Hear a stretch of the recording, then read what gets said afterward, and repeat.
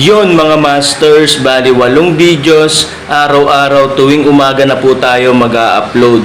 Maraming salamat sa mga solid kong masters dyan na patuloy pa rin na sumusuporta sa aking mga ina-upload na kwento o videos. At sa mga hindi nag-skip, maraming salamat po sa inyong lahat. At mag-iingat po kayo palagi and God bless.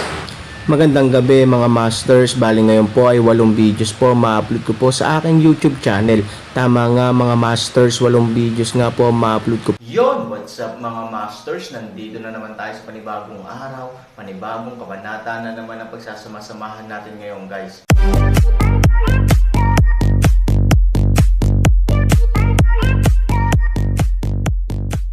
Bali mga masters, kung bago ka pa lang po sa aking YouTube channel, please click the subscribe button, lalong-lalo na po yung notification bell guys, para maging connected pa rin tayo sa isa't isa at maging updated kayo sa mga susunod ko pang video. Bali mga masters, bago natin umpisahan ng kwento ay mag-shoutout po muna tayo para sa mga solid nating tagapakinig. Shoutout kay Danilo Wamar at shoutout kay Norlisa Sugay. Yun na nga mga masters, no? Bali hindi na ito patagalin. In 3, 2, 1, let's go!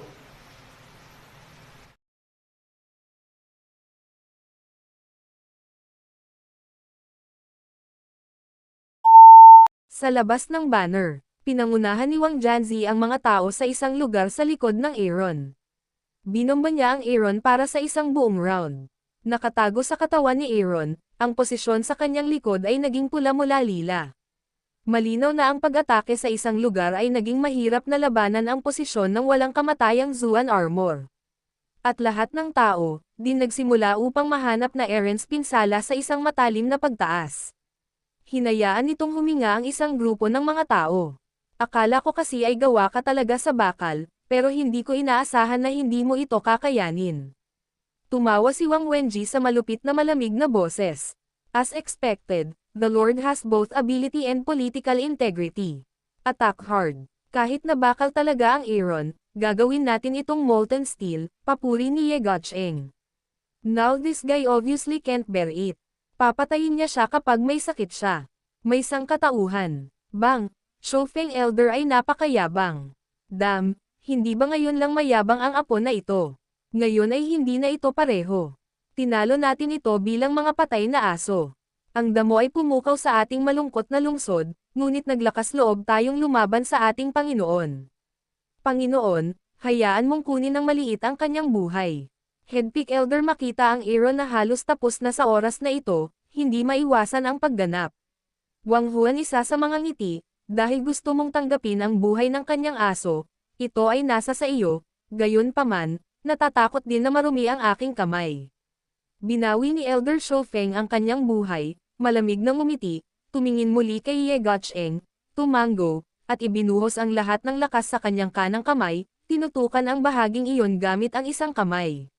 Ngunit sa oras na ito, Aaron figure biglang gumalaw, backhand mabangis palm direktang reverse na tigil mapagmataas ulo pick na katatanda leeg, at pagkatapos ay lumipad diretso sa langit.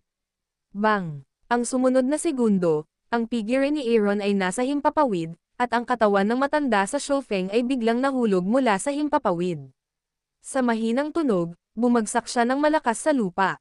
Bukas ang takot at tulirong mga mata, hindi na makagalaw. Bago siya naging mayabang, hindi niya naintindihan ang nangyari noong siya ay namatay. Boom! Halos kasabay nito ang pagbagsak ng Sky Magic Flag sa lupa na parang nagyelo na talong. Ano? Ito. Nagkatinginan ng isang grupo ng mga tao, akala ng lahat ay patay na si Aaron, ngunit saan malalaman, biglang nagising ang lalaking ito, may mga taong hindi na alam kung ano ang nangyari. Masyadong maaga ang lahat. Bang! Ang 18 demonyong monghe na nakaupo na umaawit ng mga sutra ay direktang itinumba rin ng counter-attack dahil sa pagbagsak ng bandila ng demonyo, at hindi nila napigilan ang pagdura ng dugo isa-isa. Nahulog na yung Sky Magic Flag. Yung tipong, panipi, paano kaya yon? Isang grupo ng mga tao ang natigilan, mabilis ding kinuha ni Wang Janzi ang pinuno ng 18 monghe sa dugo sa oras na ito, at sinabi sa isang apurahang boses, paano ito mangyayari? Nasira siya. Ang monghe, sa tulong ni Wang Huanji, ay umupo. Hindi mahalaga, kung bitag mo ang lalaking iyon gamit ang magic flag, kalahati ng buhay niya ang natitira. Ang malamig na boses ni Wang Huan, pinipilit mo pa ring mabuhay. Wala tayong problema, pero ano? Sabi ni Wang Janzi sa apurahang boses. Ang unang monghe ay umiling, ang diwa ng Chanmo banner ay malubhang nasira. Natatakot ako na imposibleng pumunta sa larangan ng digmaan ng walang kalahating taon upang ayusin ito. Nang marinig ito, labis na nagalit si Wang Wenjie kaya pinaikot niya ang dibdib ng kanyang ulong monghe at sinabi, "Hindi mo ba sinabi sa akin na ang magic flag ang pinakamahalaga sa Magic Gate? Kahit na may isang tao na hindi sinasadyang makatakas sa hanay, maaari ba niyang gamitin ito muli? Ngayon, sabihin mo sa akin kung ano ang mali dito." Naranasan ni Wang Janzi ang cool na bahagi ng makalangit na watawat. Natural, gustong-gusto niya ang epekto ng bagay na ito. Ngunit ngayon ay hindi na ito magagamit ng biglaan. Paanong hindi magagalit si Wang Xuanzi? Oo, ayon sa teorya, mayroong 79 at 81 makalangit na demonyo sa makalangit na bandila ng mahika. Kahit na ang isang tao ay may malakas na pag-iisip at maaaring masira ang labanan, mayroon pang 80 makalangit na demonyo na magagamit anumang oras. Ngunit ang problema ay, sa pagsasalita tungkol dito, ang unang monghe ay tumingin kay Aaron ng may takot.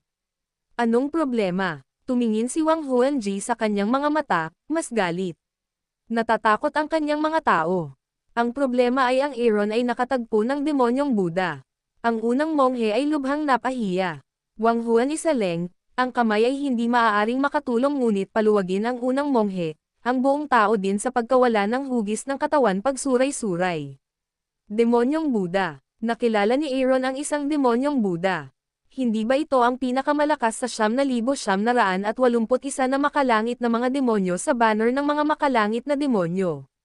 Sa madaling salita, dahil sa pag-iral ng demonyong Buddha kaya ang Chanmo banner ay matatawag na Chanmo banner, at maaari din itong tawaging Magic Gate Treasure. Bakit kaya siya makilala ni Aaron? Sobrang lakas ng mod ng lalaking ito. Siya ang may pinakamalakas na mod na nakilala ko. Umiling ang unang monghe. Sa Aaron na mga taon ng pagtitiis ni Han sa lupa, na isagawa na niya ang kanyang estado ng pag-iisip sa napakalakas na paraan. Bilang karagdagan, ang estado ng pag-iisip sa aklat ng 8 ligaw na araw ay hindi maihahambing. Ang unang pagtatagpo ay ang demonyong Buddha, na siyang pinakamahusay na, papuri, at paninindigan. Nasira ang demonyong Buddha, ang lakas ng watawat ng demonyo ay lubhang nasira, at hindi na siya makakalaban muli sa loob ng maikling panahon. At saka, kahit na kaya niyang lumaban muli, ano ang kahalagahan para sa kanya? Nang marinig ito, dahan-dahang itinaas ni Wang ang kanyang ulo at tumingin sa Aaron sa hangin, at Aaron sa kalagitnaan ng hangin. Kahit na ang mga tao ay may sobered up, ngunit din natagpuan ang kanilang sariling mga pisikal na abnormalidad. Ang sobrang seryosong internal injury ay nagparamdam pa kay Han Sanchen ng hindi matiis na sakit, dahil mas maraming dugo ang nawala sa kanya at ang kanyang mukha ay namutla at nanghihina. Kahit ngayon, ang katawan ni Han Sanchen ay dumanas din ng labis na pagkonsumo at malubhang panloob na pinsala, na nagresulta sa kalamnan spasm, at ang buong tao ay patuloy na kumikibot ng bahagya. Kung hindi dahil sa malakas na paghahangad ng Aaron, ang ibang tao ay bumagsak sa lupa at binibilang ang kanilang buhay. Aaron tiisin ang sakit, sa lahat ng paraan upang malagpasan ang tanikala ng grupo ng mga tao, hanggang sa himpapawid, ilang segundo lamang ng pagtitiyaga, ngunit Aaron ay pinagpapawisan na dahil sa sakit. Hindi siya pwedeng mahulog. Iyon lang ang nasa isip at pagkahumaling sa kanyang puso. Alam niya ang ibig sabihin kapag nahulog siya. Miss, nag-breakout talaga siya sa Sky Magic Banner, pero parang hindi maganda ang sitwasyon. Sa di kalayuan, nakasimangot si Chimeng. Tumanggo si Luruxen, ang kanyang mga mata ay nagpapakita ng kasiyahan sa parehong oras, ngunit medyo nag-aalala din. Ito ang unang pagkakataon na nag-alala siya. Talagang natutugunan ng Aaron ang kanyang mga inaasahan, ngunit naiintindihan din niya kung gaano kaina ang Aaron ngayon. Handa na ba ang team? Mahinang sabi ni Luruxen. Tumanggo si Chimeng, halos, hayaan mo na silang magsimula ngayon. Hindi. Tumanggo si Luruxen, ngunit mabilis na umiling, huwag ipakita ang ibabang card maliban kung kailangan mo. Gusto kong mag-obserba muli, you prepare her. However, no rush action is allowed without my order. I want ta. Tingnan mo ulit, panipi. Oo, tumanggaw si Chimeng at mabilis na kinuha ang order. Dahan-daang umupo si Luruaksan mula sa kama at tumingin sa Aaron sa hangin. Napakasalimuot ng kanyang mga mata. Aaron, ano ang iyong limitasyon? Ang langit. Si Han Sunny, tulad ng Diyos ng digmaan, ay tinatanaw ang mga tao sa kanyang paanan. Sa kabilang banda, sinimulan niyang pilitin ang puso ng dragon na maglabas ng enerhiya at tulungan siyang ayusin ang kanyang katawan ng mabilis. Gayunpaman, dahil ang pinsala ay masyadong malubha, ang pag-aayos ng Aaron ay mas mabilis kaysa sa mga ordinaryong tao, ngunit hindi bababa sa kasalukuyang sitwasyon, ito ay masyadong mabagal. Hindi kailanman mabibigyan ni Yao Shenge at Wang Huanji ang kanilang sarili ng masyadong maraming oras. Ang tanging pagpipilian nila ay samantalahin ang kanilang sakit at magpakamatay. Ano ang dapat nating gawin?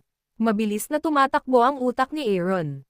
Kung narito si Tianlo sa oras na ito, marahil sa tulong nito, maaari tayong makipagtulungan sa kanila ng mahabang panahon ng may bilis at magsikap para sa ilang mga pagkakataon sa pagpapagaling. Kasabay nito, makakatulong din ito sa ating pagbangon. Sa kasamaang palad, sa kritikal na sandali, ipinadala namin ito. Gayunpaman, kung tatanungin mo si Aaron kung nagsisi siya, hinding-hindi niya ito pagsisisihan. Hinding-hindi mawawala sa kanya ang kalayaan at pagmamahal sa paggapos sa iba dahil sa sarili niyang kapalaran. Ito ay ang kanyang pinakamalaking kaligayahan na si Xiao Tianlo ay maaaring muling makasama ang kanyang ina. Paano ito mapipigilan ng Aaron? May isang paraan lang.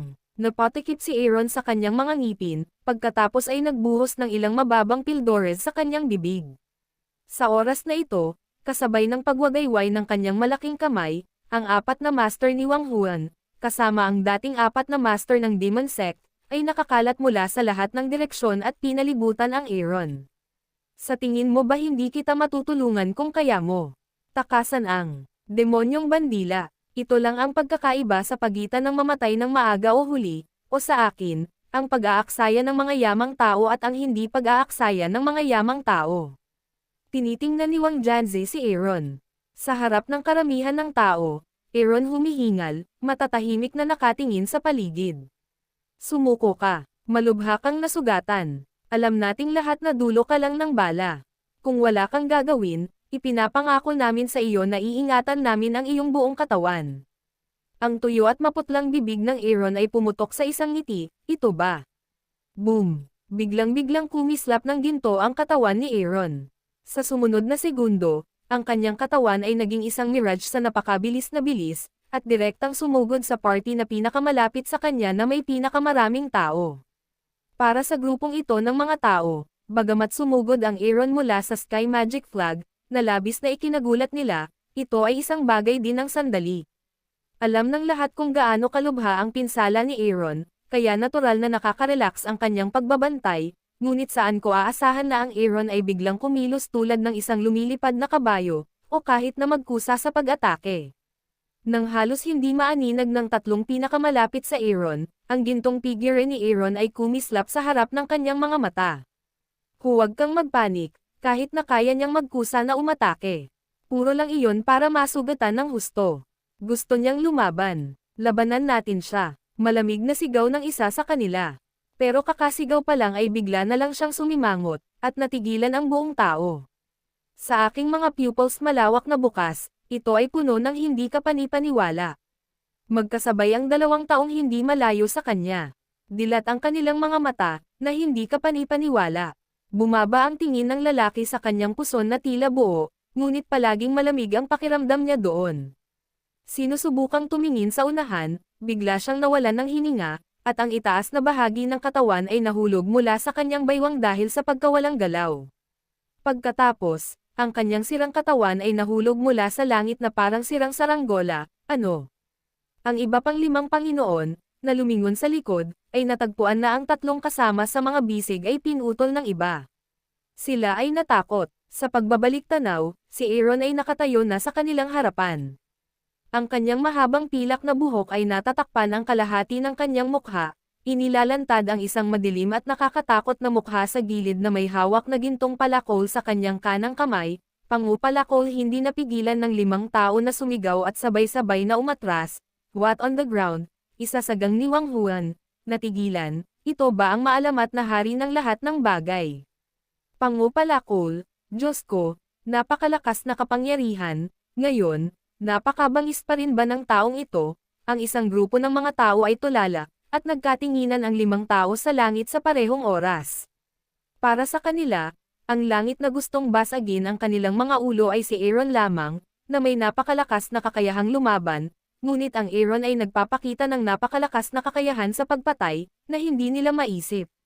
Si Luruotsan sa mataas na bundok ay nagulat din sa biglaang matinding kontra pagpatay ni Aaron. Ang gawain ng pagpapaliban ay orihinal na ibinigay ng Panginoon sa 4 na anak ng sekta ng demonyo. Maghintay ka muna, at magsusumbong ako sa Panginoon ngayon din. Sabi ng isa sa mga eksperto at tumakbo palayo, natatakot ako na hindi niya mapaliwanag. Bumaba ako at tumulong. Kaya mong tiisin sa isang kisap mata, ang 2 amo ay nagmamadaling tumakas, umalis. 3 lamang sa 4 na anak na lalaki ng sekta ng demonyo ang nagkakagulo sa hangin, ngunit sa oras na ito, ang lupa ay puno ng mga tambol at hiyawan sa isang alon ng malaking kamay ni Wang Huan. Ang 10,000 tropa ay dumating muli sa parehong paraan. Aaron, ang iyong limitasyon, hindi pa gaano ito kataas, tumitig si Luruotsan sa Aaron at bumulong-bulong. Yun na nga mga masters, no? Bali panibagong kabanata na naman yung natapos natin ngayong gabi. Muli, maraming salamat po.